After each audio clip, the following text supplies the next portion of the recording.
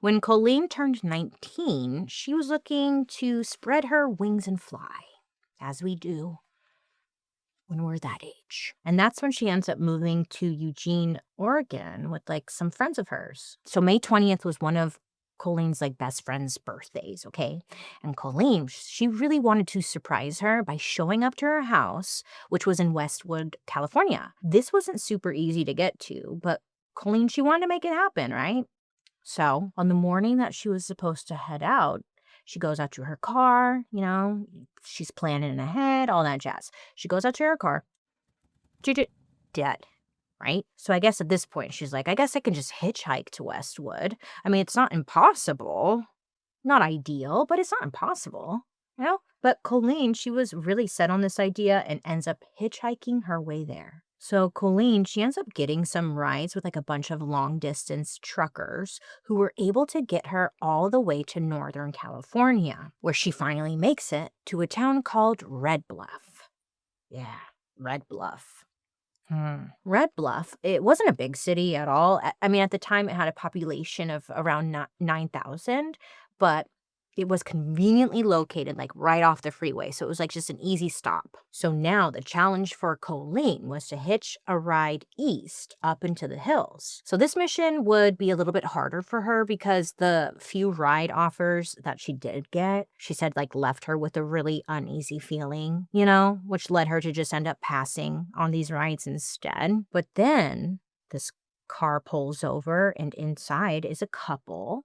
And they're like, hey, do you want to ride? Colleen would take a peek inside, and it's like this younger guy, maybe around her age, looked to be his wife, who looked maybe a few years younger than him. And then with them was a little infant baby, and Colleen takes a peek inside. She's like, oh, they're just like this cute little family, right? The one thing Colleen did notice was that the guy that was driving, he looked kind of dirty, like he had worked with his hands a lot. And it seemed like maybe he had just like gotten off of work. But overall, Colleen had a safe feeling about this family, So she ends up telling them where she's headed, to Westwood. And wouldn't you know it? This couple tells her they were going there too. What are the odds? I mean, really, what are the odds? She's like, wow, that's crazy. Honestly, though, like, if I saw a family, like this cute little family driving, I too would get in because it's like, they got the whole family there. It just feels safe. Ooh, bad. Damn it. Doesn't end well. Anyway, so she gets into the car and they end up taking off. The guy, he seems super friendly, and he's just asking Colleen a bunch of questions, like, where are you from? Where are you going, And Colleen said that she felt comfortable enough to share her plans with him. And then Colleen tells the couple that she wanted to surprise her friend for her birthday and that nobody knew she was coming. She was like, yeah, it's going to be a surprise. I think she said too much, But the ride continues. Colleen, no. Maybe I just suck at makeup. Everything's like looking like garbage and it's making me not very happy. What am I gonna do? What am I gonna do? So time passes as they're all heading to Westwood. And at one point, they end up stopping to get some gas, So while the guy who was driving is pumping the gas, the mom and baby go into the gas station to pay. And that's when Colleen takes some time to freshen up in the bathroom. And Colleen would say that when she was in the bathroom, that's where she gets like this overwhelming feeling, just a really strong feeling that she needs to get the hell out of there. There's that voice in her head, or in her gut, somewhere saying, bitch, run. But so often we just don't listen to ourselves. Point blank, period. Facts, hunty. Yeah. It's so true, though. So she ignores that voice and pushes it aside and continues forward.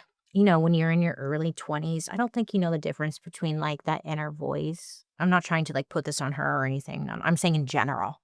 It's like we just don't know how to listen to that voice yet. Or maybe you do. I don't know your life, but I sure didn't. Still to this day, I'm like, is that my inner voice saying that? Or is that the bad milk I drink? Could be either. Or sometimes you feel like you're just being ridiculous for feeling like you're not supposed to be somewhere. And you're like, shut up, voice. You're fine. It's just anxiety. Like, It could be so many other things. I get it. I get it. So when Colleen gets back to the vehicle, she gets into the back seat, and that's when she notices like there's this weird box in the back seat with her that wasn't there before. This box, it looked like it was handmade out of wood. It had a hole on like one side and two latches on the other, so it like opened up like a suitcase. It is a big box. Colleen, she's like, okay, box, and then just doesn't really think much about it. So they're driving again, right? The couple tells her that they're just going to make it like a quick little pit stop because off the road were some like ice caves that they wanted to see. And I guess there really are like ice caves over there. It checked out. Just thought that was random. But okay. Colleen's like, great. I was kind of hoping we could just like go. Haha. But okay. Ice caves. Cool. So they end up turning off onto a dirt road and they pull over right next to a little creek. So the woman and the little baby, they get out of the car and they walk down to the creek. Meanwhile, Colleen is like, I'll just stay here. LOL.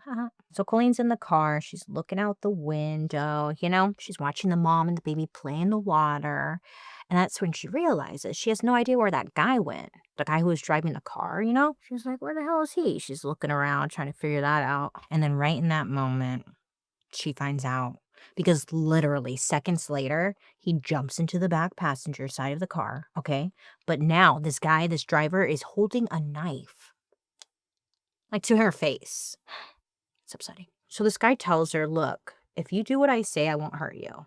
And she's like, okay, I mean, what other choice does she have? So he ends up tying her up, and then he grabs that DIY box, right? That weird little fucking box, and he puts that weird box right over her head. Now, it turns out this box was made just for that, to place over the head. A head box, I guess. Oh, it's so gross. With this box over Colleen's head, she tries screaming, crying, whatever, but nobody can hear her. Because this box, for as weird as it is, it had some serious thought put into it. Whoever made it had lined the inside heavily, like a couple layers, with soundproof material. Yeah. So you could scream all you want. Nobody was going to hear you. Why?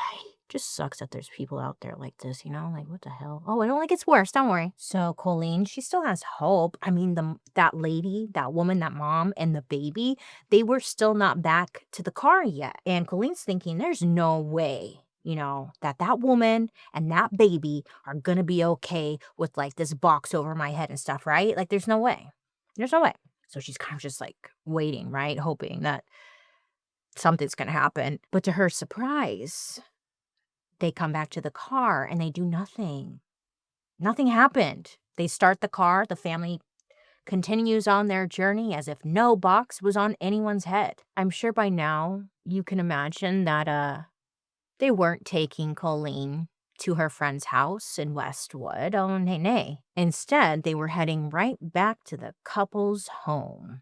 I mean, I guess their home was like placed on a decent-sized piece of land in Red Bluff, California. And once they arrive, the woman and the baby get out of the car, whatever, but like the guy grabs Colleen, takes her out of the car, walks her into the home, and then heads straight downstairs into the basement.